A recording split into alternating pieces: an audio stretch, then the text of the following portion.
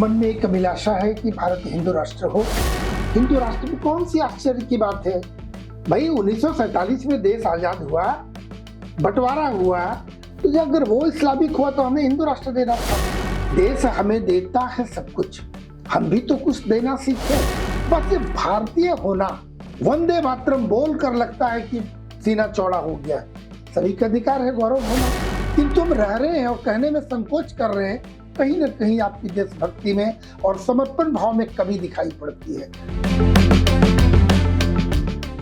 नमस्कार, मैं रुद्रनाथ ओझा, आपका अपना चैनल भैया जी न्यूज से। आज हम स्वामी दिव्यानंद जी महाराज के आश्रम में आए हैं, जिनके पास उपलब्धियां काफी हैं। वाइस प्रेसिडेंट है स्वामी जी भारतीय शांति के, वाइस प्रेसिडेंट हैं भारत तिब्बत सहयोग मंच के, वाइस प्रेसिडेंट है संत सुरक्षा मिशन के। स्वामी जी के पास ऐसी काफी उपलब्धियां। आइए उनसे उनके जीवन की काल, उनके समय और उनके इन विचारधाराओं के बारे में पूर्णतः जानकारी लेते हैं और उन्होंने ये अध्यात्म का रूप किस प्रकार से लिया, कब से लिया, सारी जानकारियां पूर्ण रूप से उनकी जुबानी जानते हैं। स्वामी जी, आपको काफी सम्मान मिला है। नेशनल वाइस प्रेसिडेंट हैं आप भारतीय समिति के, नेशनल वाइस प्रेसिडेंट हैं आप भारतीय तिब्बत सहयोग मंच के, नेशनल वाइस प्रेसिडेंट हैं आप संत सुरक्षा मिशन के। ऐसी बहुत सारी उपलब्धियां हैं जो आपको सम्मानित की गई है। ये उपलब्धियां आपकी सारी जिंदगी की मेहनत या अभी तक आपकी जो अभिलाषाएं हैं या जिस तरीके से आपने अपनी जीवन को बढ़ाया है, ये उपलब्धियां उनके दर्शाती हैं। लेकिन स्वामी जी, आज हम आपसे मिलने आए हैं इन उपलब्धियों के पीछे आपकी पूरी जर्नी को जानने की। कब से आपने इस आध्यात्म के रूप में इतना बड़ा मोड़ लिया और सांसारिक जीवन से दूर हटके इस रूप में आप समाज को देखने के लिए मजबूर हुए, या फिर आप किस तरीके से जुड़े हमारे सनातन धर्म के इस धर्म से कि आपने ये निर्णय लिया कि आप सनातन धर्म को आगे ले जाने के लिए इस रूप में आगे आएंगे? सबसे पहले आप सबों को बहुत शुभकामना, और जितने दर्शक मुझे देख रहे हैं सभी को बहुत मेरी ओर से मंगल कामना है। और मन में एक अभिलाषा है कि भारत हिंदू राष्ट्र हो। इसके लिए सभी को अग्रिम शुभकामना और हिंदू राष्ट्र की जय के साथ में अपना मैं उत्तर देना चाहूंगा आपको। देखिए, सबसे पहली बात जो मेरी उपलब्धि है, ये मेरे माता पिता का संस्कार है, गुरुजनों से मैंने जो सीखा है। और मैं साधक व्यक्ति हूँ तो अपनी आराध्य देवी माता को मैं प्रणाम करता हूँ बारंबार कि उनकी बड़ी कृपा है। लगता है कहीं ना कहीं मुझे इस पृथ्वी में कुछ करना है सनातन के लिए। ये शरीर आज है, कल नहीं रहेगा। हर किसी का दुनिया के नियम है, ये शरीर कल नहीं रहेगा, निश्चित है। एक पृथ्वी में आना ही बहुत बड़ी बात है। 84 लाख योनि के बाद व्यक्ति का एक मानव रूप में जन्म होता है। हम आए, यूं ही वापिस चले गए, तो ये समय व्यर्थ करने से क्या फायदा। ज्योतिष शास्त्र में हमारे हाथ की रेखा ये लगभग 100 साल को इंडिकेट करता है। ठीक है, अब व्यक्ति 100 साल अभी रह पा रहा है, नहीं रह पा रहा है, अलग बात है, किंतु शास्त्र हमारा शतायु ये निर्धारित करता है। तो एक मोटा मोटी जो कहा गया है, हम इतने वर्षों के लिए इस पृथ्वी पे आए, आकर चले गए 84 लाख योनि के बाद। दूसरा पक्ष यह भी कि हमारे जीवन में कई प्रकार के ऋण होते हैं, देव ऋण, पितृ ऋण, इसे मातृभूमि की भी एक ऋण है। इस मातृभूमि पर अगर हमने जन्म लिया है तो हमारे यहाँ एक गीत भी है कि देश हमें देता है सब कुछ, हम भी तो कुछ देना सीखे। तो ये संसार, ये भगवान, ये प्रकृति, ये माता पिता, ये समाज, ये देश हमें तो बहुत कुछ दिया, बहुत सम्मान दिया, देश विदेश सम्मान दिया। मैं लगता है कि शायद उस योग्य नहीं, उससे ज्यादा सम्मान दिया। हम क्या दे सकते हैं इस पृथ्वी को, इस समाज को? तो अपनी सेवा। लगता है कि मेरा शरीर धन्य हो जाएगा, जैसे एक बार तो लगता है मेरा जीवन धन्य हो चुका, क्योंकि श्री राम मंदिर के संघर्ष में काफी, बस एक राम अगर इतना सभी गिलहरी से भी छोटा प्रयास अगर मैं कर पाया तो मैं धन्य समझा। जिस दिन अपने नेत्रों से 22 जनवरी को जब भगवान का दर्शन करके आया, और जिस दिन निमंत्रण मिला कि आप अयोध्या में निमंत्रित हैं उद्घाटन कार्यक्रम में, उस दिन लगा अब जीवन में और कोई शेष बाकी नहीं रह गया है, मेरा जीवन का तात्पर्य पूरा हो गया। उस दिन लगा भी, और आज भी उतनी संतुष्टि है, किंतु मानव जीवन में थोड़ी लालच बढ़ती चली जाती है, लोभ बढ़ रहा है। अब वो हो जाने के बाद लगता है कि श्री राम अगर प्रेरणा दें तो हिंदू राष्ट्र के लिए कुछ काम कर पाए, अपने लिए क्या करना है। साधक व्यक्ति थोड़ा अल्प भोजन, अल्प पहनावा ही सिखलाया गया है गुरुजनों से, इन चीजों पे अपना नियंत्रण रखना। तो बाकी चीज तो छोटी मोटी चीज है, खान पान पहनना, ये सारी तो छोटी मोटी चीजें हैं, दिनचर्या की चीजें जो कम से कम को उपभोग करके चलना साधक का जीवन ऐसे ही होता है। किंतु मन में ये लोभ बढ़ता जा रहा है, जबकि कहते हैं काम क्रोध लोभ मोह पे नियंत्रण, किंतु ये लोभ मेरा बढ़ रहा है। अब ये सही है गलत है वो माता रानी जाने, किंतु मैं लगता है ये लोभ बढ़ रहा है तो कोई अपराध नहीं है, कोई बुरा नहीं हो रहा है, बढ़ता चला जाए। क्योंकि भगवान ये हनुमान जी जितना मेरे से काम इस शरीर का ले ले मैं धन्य समझता हूँ। तो हिंदू राष्ट्र के अर्थ ये भी, मैं दूसरे शब्द में बहुतों को जब मैं हिंदू राष्ट्र के लिए बोलता हूँ तो बहुतों के मन में बड़ा निगेटिव भाव आते हैं कि आप क्या कर देंगे। हिंदू राष्ट्र में कौन सी आश्चर्य की बात है भाई। 1947 में देश आजाद हुआ, बंटवारा हुआ, बंटवारा करके एक राज्य, एक स्टेट अलग बना दिया गया, वो इस्लामिक राष्ट्र बना, और एक हमें थोप दिया गया दूसरी ओर कि भाई ये हमारा सेकुलर। तो अगर वो इस्लामिक हुआ तो हमें हिंदू राष्ट्र देना था। अगर हिंदू राष्ट्र नहीं हम सबको गले लगा के रखा, आगे भी रखेंगे, कोई अतिशयोक्ति नहीं। हम ही कहते हैं सर्वे भवन्तु सुखिनः सर्वे सन्तु निरामया, हम ही कहते हैं वसुधैव कुटुंबकम, तो मुझसे कोई तकलीफ नहीं। किंतु पीड़ा होती है तब कि जब पाकिस्तान का मैच होता है तब वो बम फोड़ते हैं, तब उधर की जय जयकार करते हैं, तब तो ये लगता है ये नमक हरामी, ये तो नहीं हो पाएगा। आप रहो ना जैसा हम है, आपको भी गले लगा के रखा है, राष्ट्रपति तक का सर्वोच्च पद दिया गया, आज भी है। बस इतना ही है कि आपको हिंदुस्तानी बनकर रहना चाहिए। चलिए विषयांतर न हो जाए, मन में पीड़ा होती है तो बात कहीं ना कहीं निकल जाती है, तो आप रहते रहें। किंतु अब ये भी कभी कभी प्रश्न आया, मीडिया वाले ने पूछा क्या हिंदू राष्ट्र हो जाएगा तो बाकी, बिल्कुल नहीं, किसी को निकालने की बात नहीं मैं कर रहा हूं। अरे वो भी भारतीय रहेंगे जैसे हम भारतीय, आप भी भारतीय, भारतीय हिंदू है तो भारतीय मुसलमान रहेगा, भारतीय ईसाई है, भारतीय सिख है, भारतीय जैन है, सभी भारतीय है। बस ये भारतीय होना, वंदे मातरम बोल कर लगता है कि सीना चौड़ा हो गया, ये बोलने में तकलीफ क्यों होती है। अरे वंदे मातरम तो एक बस हम एक नमन कर रहे हैं, ये तो कुछ नहीं है। या तो शब्द को समझ नहीं पाए या हमें चिढ़ाने की बात होती है। भाई भारत माता की जय, हम अगर किसी की जय जयकार करते हैं, जिनको हम पूजनीय मानते हैं, मातृभूमि को प्रणाम कर रहे हैं, तो इसमें अपराध क्या है, बुरा क्या है। तो या तो उनकी संकुचित मानसिकता है जो लगता है थोड़ी सुधार होने की आवश्यकता है। ये कोई जोर जबरदस्ती नहीं है, मैं किसी को बुलवा नहीं रहा हूं, मेरा एक आग्रह है, होना चाहिए, शान बढ़ती है, हम जय जयकार करके गौरवान्वित होते हैं, सभी का अधिकार है गौरव होना। किंतु हम रह रहे हैं और कहने में संकोच कर रहे हैं, कहीं ना कहीं आपकी देशभक्ति में और समर्पण भाव में कमी दिखाई पड़ती है। तब लगता है तो बातें कुछ और है, सामने कुछ और, पर्दे के पीछे कुछ और। तो यह स्पष्टता होनी चाहिए। कोई बोले बोलने से नहीं, बोलने से अभिव्यक्ति एक है। अगर किसी को हम प्रणाम बोलते हैं, नमस्कार बोलते हैं, अभिव्यक्ति कि मैं आपको सम्मान दिया, बस, और कोई बात नहीं। जय श्री राम बोलते हैं, भगवान के प्रति एक अपनी आस्था जगाते हैं, भारत माता की जय जब ये बोलते हैं। तो ये ऋण को पूरा करने के लिए भी लगता है मेरा भी बहुत कुछ कार्य बाकी है। जब हिंदू राष्ट्र हो जाता है तो मैं यही बोल रहा था, थोड़ा सा मैं भटक से गया था भावना में। हिंदू राष्ट्र मतलब दूसरे शब्द में हम राम राज्य भी कह सकते हैं। और उन लोगों को आश्वस्त होना चाहिए कि राम राज्य का मतलब एक घाट पे बाघ बकरी सभी पानी पीते थे, वैसे ही इस पार के लोग हो, उस पार के लोग, मेरा लाल हो, कोई हरा हो, कोई ऑरेंज कलर का है, कोई सफेद है, कोई भी रहे, हमारे तिरंगे में 3 रंग है, सभी एक साथ हिंदुस्तानी बन के एक स्वर में एक साथ सभी रहे, एक राग आलापे, यही कल्पना है।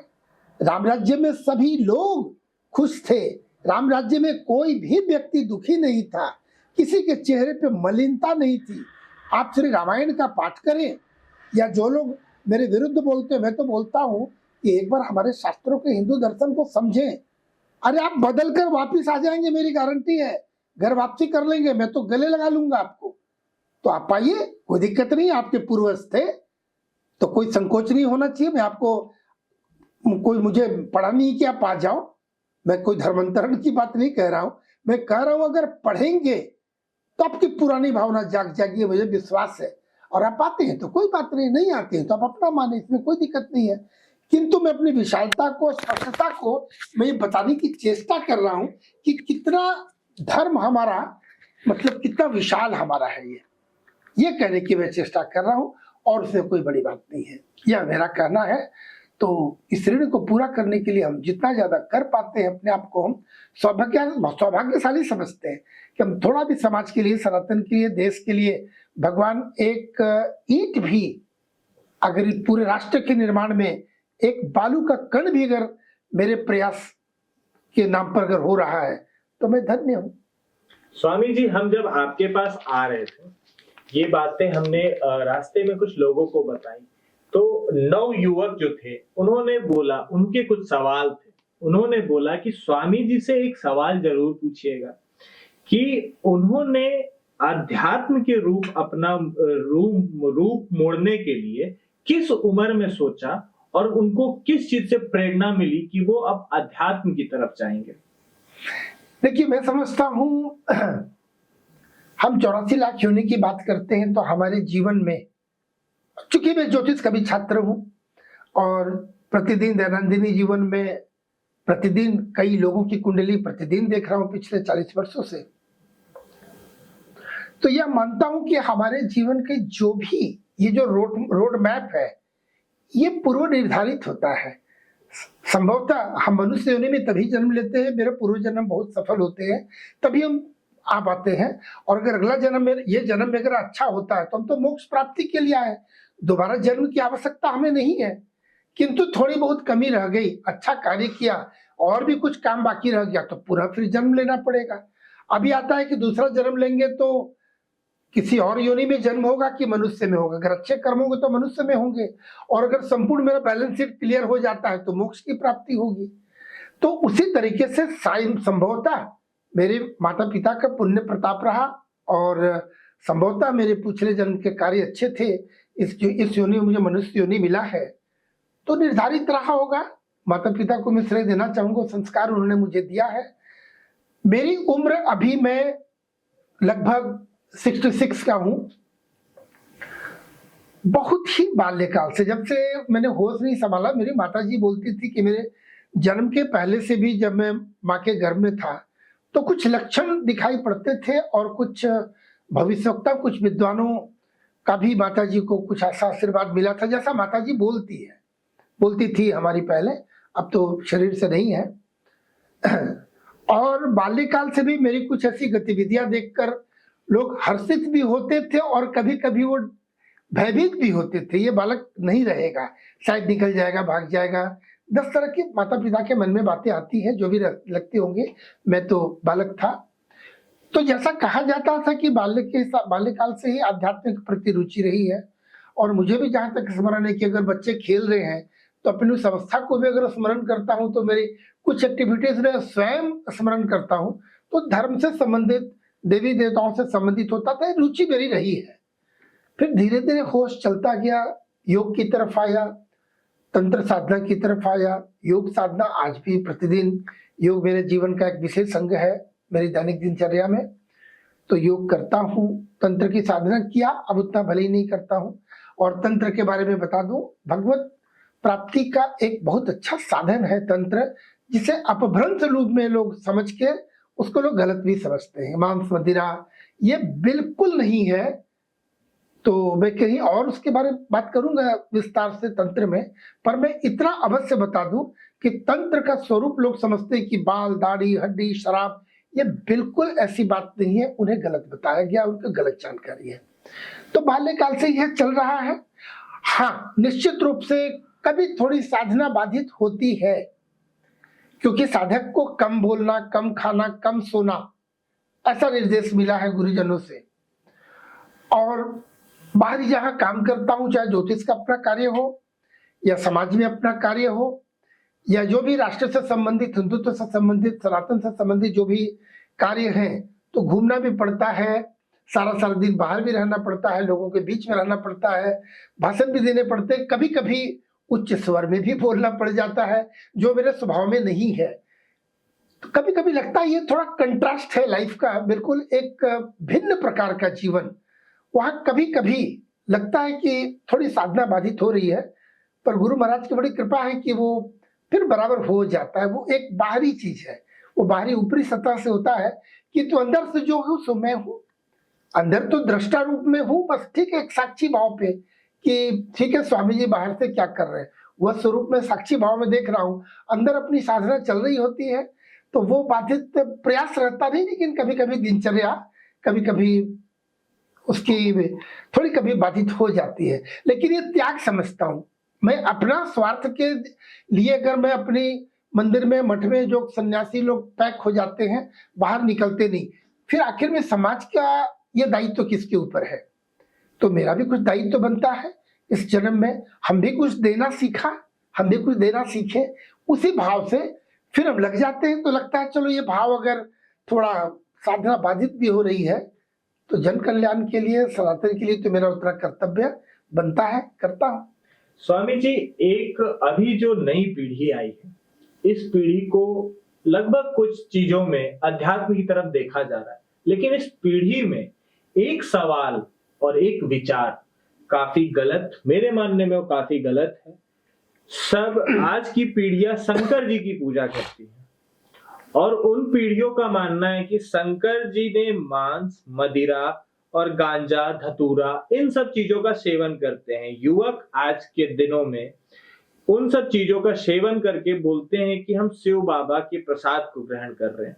तो इन सब चीजों में क्या सच्चाई है, या फिर इस नव पीढ़ी को आप क्या जानकारी देना चाहेंगे कि क्या शंकर जी ने इन सब चीजों का सेवन किया है या विष को अपने कंठ में रखा है? देखिए, बहुत महत्वपूर्ण और बहुत ज्वलंत प्रश्न आपने किया है, जो सही में इस पीढ़ी को जानने की आवश्यकता, इसकी चर्चा होनी चाहिए। मैं तो आपसे ये भी निवेदन करूंगा कि आज के वार्तालाप के बाद इस विषय पर अलग से भी हम कभी बात करेंगे, क्योंकि लंबी बात होगी, किंतु आपके प्रश्न का मैं उत्तर में थोड़ा सारांश में दे रहा हूं। पहला लाइन में, एक लाइन से पहले लाइन में खारिज करना चाहूंगा, हमारे देवी देवताओं के ऊपर जो इस प्रकार के, मैं लांछन बोल रहा हूं, ये लांछन आपने नहीं लगाया है, कहीं ना कहीं अप्रत्यक्ष रूप से भगवान के ऊपर ये दोष आ रहा है, ऐसी बात नहीं है भाई। उसका एक गाना है ना, फिल्मी गाना है, पीने वालों को पीने का बहाना चाहिए। तो इस तरीके जो सेवन कर रहे हैं, जो नशा पान करते हैं, वो भगवान के ऊपर थोप के वो मस्ती कर रहे हैं। तो उनसे मेरा निवेदन है कि कृपया नशा ना करें। नशा करना है तो आध्यात्म का नशा करो भाई। रात को पिया, सुबह उतर गया, नाली में गिर गया, क्या फायदा? राम नाम का प्याला लो और फिर ऐसे ही मस्ती में रहो, नशा कभी उतरता ही नहीं है और कोई पैसा लगता नहीं है। पहला संदेश। दूसरा संदेश, उन्हें मैं करबद्ध प्रार्थना करूंगा, कृपया शास्त्र को पढ़ें। और आज इतनी सुविधा बढ़ गई है, पहले ग्रंथों को रखना। मैं उनसे पूछना चाहूंगा, आपके घर पे उन युवकों से मैं जानना चाहूंगा, आपको हनुमान चालीसा स्मरण है क्या? आप 2-4 मंत्र जानते हैं? कम से कम महामृत्युंजय मंत्र, गायत्री मंत्र, हनुमान चालीसा आपको स्मरण है क्या? आपने अपने बच्चों को सिखाया है क्या? यदि नहीं, तो ये आक्षेप लगाने का आपको अधिकार कतई नहीं बनता है। तो चलिए, मैं उनसे आग्रह करता हूं कि आप शास्त्र को पढ़ें। और अब तो आपके हाथ पे मोबाइल, स्मार्टफोन रखते हैं, आप कभी बटन दबाएं और YouTube में सारी चीज उपलब्ध है, सुन ले।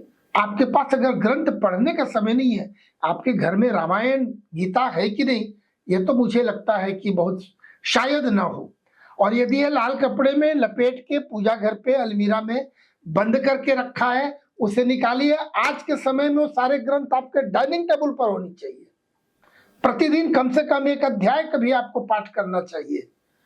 उसके बाद में उन युवकों से बोलूंगा कि आप कहीं लिखा है बताओ कि हमारे देवाधिदेव महादेव, जिन्होंने दूसरी संपूर्ण विश्व की खराबी जिसको विश्व रूप में उन्होंने अपना ग्रहण कर लिया, अपने ऊपर ले लिया। और बाबा को क्या जरूरत है गांजा की, ये तो समझे नहीं। और मैं भी तंत्र की बात कर रहा था। हमारे यहाँ तंत्र में 5 मकार होते हैं, मांस, मदिरा, मीन, मैथुन, मुद्रा। ये 5 मकार को समझने में जीवन लग जाता है एक साधक को। वो 5 मकार क्या है? मांस बोलते हैं, ये मांस जो लोग नोच नोच के खाते हैं वो मांस नहीं है। मदिरा बोलते हैं, वो मदिरा नहीं है जो शराब सेवन करते हैं। हाँ, मीन मतलब वो मछली नहीं है, ना ही मैथुन संभोग की बात करते हैं, स्त्री पुरुष समागम की बात। ये बिल्कुल भिन्न है। ये समझने की आवश्यकता है। और ना समझे, बिना समझे इसको किसी प्रकार से अपभ्रंश रूप में समझना, दूसरे को समझाना और प्रस्तुत करना, यह तो घोर अपराध है।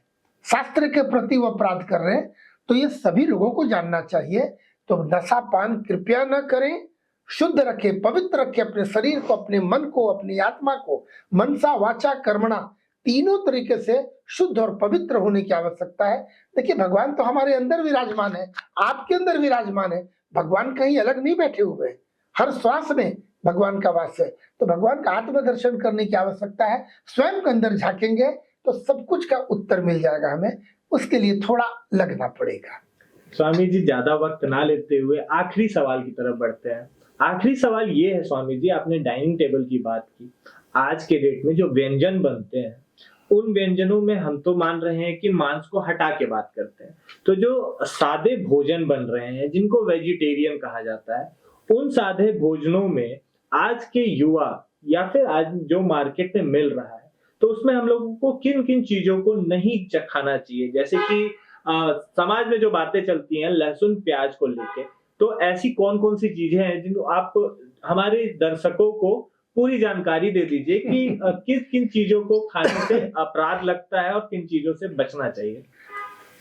देखिए, त्रिदोष कहा गया है, त्रिगुण है, सत्वगुण, रजोगुण, तमोगुण। मेरी रुचि क्या है, आपकी प्रवृत्ति क्या? सात्विक व्यक्ति है, वो भी पूर्वजन्म से होता है और अपने साधना से होता है। और कोई साधक भी तीनों गुण से समाहित है। किसी समय कौन से गुण उसके जागृत होते हैं और कभी सुप्त हो जाते हैं। किंतु जो जितना कठोर साधक होगा, जितना नियम से बंधा होगा, उसमें सात्विकता ज्यादा रहेगी। यदि हम सात्विक जीवन चाहते हैं तो फिर हमें तामसिक और राजसिक भोजन ग्रहण नहीं करना चाहिए। सीधी सी बात है, जीव हत्या करके हम अपनी स्वाद के लिए लेते हैं। एक बार कल्पना करनी चाहिए कि कोई व्यक्ति मांस खरीदने या कुछ भी जो लोग ग्रहण करते हैं, जो अभोज्य पदार्थ है, उसे कल्पना करके जा रहे थैला लाकर लाने के लिए फलाने चीज को, उसे जस्ट एक बार उलट कर सोचना चाहिए कि आप वही जीव हो और जिसे लाने जा रहे हो थैले में, वो आपकी जगह आ जाए। तब कल्पना करके देखिए, कोई बकरा, कोई मुर्गा किसी व्यक्ति का मांस खरीदने जा रहा है, उसकी दुकान पे हत्या किया, उसके बच्चे भी देख रहे हैं और वो किस प्रकार से अंदर में पीड़ित है, पीड़ा उनके मन में क्या पीड़ा हो रही है। जिसको वध किया जा रहा है, हत्या किया जा रहा है, उसे क्या पीड़ा हो रही है। फिर उसे हंडी में लगा के मांस मसाला तेल डालकर उसे आप पकाते और खाते हैं। वो जीव आपको खा रहे हैं, ये आपको कैसा लगेगा? एक मैं वैज्ञानिक बात बोलूंगा, मनुष्य मूलतः मांसाहारी नहीं है। इस पृथ्वी को संतुलन बनाए रखने के लिए प्रकृति की बड़ी कृपा है। हमारे आसपास में सांप, कुत्ता, बिच्छू, बिल्ली, विभिन्न प्रकार के 84 लोग की बात कर रहे हैं, बहुत प्रकार के, हमारे एक संतुलन बनाए रखने के लिए। अब संतुलन खराब हो रहा है। देखिए, मोबाइल आ गए तो उसके टावर के कारण गौरैया चिड़िया गायब सी हो गई है, कौवे कम हो गए हैं, बहुत से जीव जंतु जो हम पकड़ नहीं पा रहे हैं वो बहुत से विलुप्त हो रहे हैं। तो एक संतुलन बनाए रखने की आवश्यकता है। रह गई बात कि जैसे मैं बताया कि भगवान किसी जीव को मांसाहारी उसके जन्म से बनाए, उसकी प्रकृति ही मांसाहारी है और मनुष्य शाकाहारी है। उसकी मैं पहचान बोलकर इसको समाप्त करूंगा। जो मांसाहारी जीव होते हैं उसके दांत इस प्रकार के होते हैं, केनाइन, और नोचने के लिए भी उसके दांत में से बने होते हैं। एग्जाम्पल, कुत्ता, बिल्ली, बाघ, ये सबको देखेंगे, उसके दांत में केनाइन होते हैं। वो मांस नोचने के लिए भगवान दिए, तुम नोचोगे तभी खाओ, तो उसकी व्यवस्था दे दी है। उसके रोए होते हैं, जब वो वैसे मांसाहारी जीव जब पानी पीता है तो पानी लेने के लिए वो चाट के पीता है, देखेंगे जीभा से पीता है, जीवा से चाट के पीता है, उसके पसीने नहीं आते हैं और उसकी आंत जो है छोटी होती है। कभी भी आप देखेंगे कि उसके आंत बहुत लंबी नहीं होंगे। एग्जाम्पल, आप सड़कों पे कभी कुत्ता या बिल्ली को देखे होंगे, दुर्घटनावश उनकी मृत्यु हो जाती है, तो जो स्थिति होती है उसके मरे हुए शरीर के साथ में, उसमें आंत बहुत कम दिखाई पड़ता है। जब आप मांस की दुकान पे जाए, आप देखिए वहां पर जो कसाई जो बकरे का मांस निकालता है, कितने उसके आंतों को कितने लंबे से किस तरीके से करता है, तो उसके आंतें भी बहुत छोटी होती है। ठीक विपरीत जो शाकाहारी जीव है, मनुष्य, गाय, बकरी, गधा, घोड़ा और जितने भी जीव हैं, उनके दांत देखें सभी यूनिफॉर्मल होते हैं। दांत, पसीना आता है, रोए इस तरीके से उनकी तरह नहीं होता है, बाघ बकरी की तरह। और हम पानी शिप मार के पीते हैं। आप कुत्ते को, आप गाय को भी देखें, बकरी को भी देखें, वो पानी को सुड़प कर पीते हैं। जैसे हम भी पानी को, हमारी व्यवस्था है बर्तन की, लेकिन हम भी उस तरीके से पीते हैं। हम चाट के नहीं पीते, वो जीभ से पीते हैं। और आंत भी जो है इनकी लंबी होती है, जिनके भी हाँ, और शाकाहारी जीव का आंत भी है वो लंबा होता है। ये अंतर है भाई। किसी की मृत्यु हो जाती है, एक छोटा सा एक कभी कोई कीड़ा भी घर पे गिर के मर जाता है, तो उसे निकालते हैं, उस जगह पे उसको डेटोल से धोते हैं, फिर हाथ वाथ धोते हैं। मन खराब हो जाता है, मर गया, पता नहीं, इसको फेंको, किसी को बुलाकर फेंको। घर में अपने परिजन की मृत्यु हो जाती है तो जल्दी से जल्दी हटाओ और उसे आकर स्नान करते हैं उसके संस्कार करने के बाद। लेकिन किसी को हत्या करके लाखों पेट को कब्रिस्तान की तरह बना दिया, तो ये तो कहीं से मनुष्य का ये लक्षण है नहीं। तो यहाँ आग्रह होगा कि मांसाहार करना भी हमारा न शास्त्र कहता है, न विज्ञान की अनुमति है। बाकी अपनी रुचि है, जो जैसे कर ले। स्वामी जी, थोड़े से मांस से हट के हम एक और चीज पे आते हैं, जैसे कि बहुत सारे हिंदू परिवार है जो मांस नहीं खाते हैं, लेकिन कहीं ना कहीं वो प्याज लहसुन का भी सेवन करते हैं। तो इन सब सेवन से भी हम लोगों को क्या बचना चाहिए? देखिए, इस पर कोई जोर लगाकर बोलना उचित नहीं होता कि आप लहसुन प्याज न खाएं। मानना है कि वो राजसिक श्रेणी में आता है, उसमें मन में एक भाव आ जाते हैं। राजसी भोजन है वो। तामसिक तो मांस मदिरा वगैरह हो गए, ये राजसिक भोजन है। यहाँ तक कि लौंग इलायची भी राजसिक में आता है। सात्विक तो सीधा कंदमूल की तरह है। अब ये मेरा कहना अधिकार नहीं होगा, ना ही उचित होगा कि अब लहसुन प्याज किसी को बोले मत खाओ, ये नहीं बोलेंगे। जानना चाहिए अंतर क्या है। यदि आप साधक हैं तो साधक को सरसों की साग, जो जमीन के नीचे जो कंदमूल आते हैं वो, मसूर की दाल, बैगन तक खाना वर्जित माना गया है। बाकी लहसुन प्याज और मांस मदिरा दूर की बात। क्यों? जब हम साधना के लिए बैठते हैं तो मन मेरा शांत हो, विचलित ना हो।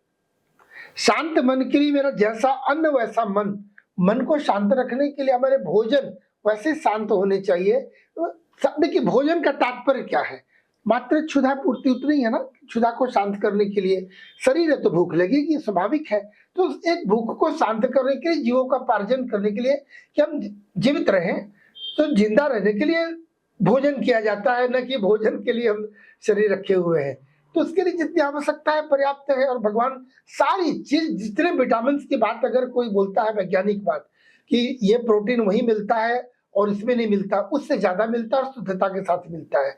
आप हमारे ऋषि मुनियों को देखें, कभी उन्होंने मांस भक्षण नहीं किया, लहसुन प्याज नहीं खाया। उनसे ज्यादा तेज, ओज, बल, तेज उससे ज्यादा रहा है। और आज भी देखेंगे जो धर्म अध्यात्म से संबंध रखते हैं, उनके अंदर तेज क्या होता है।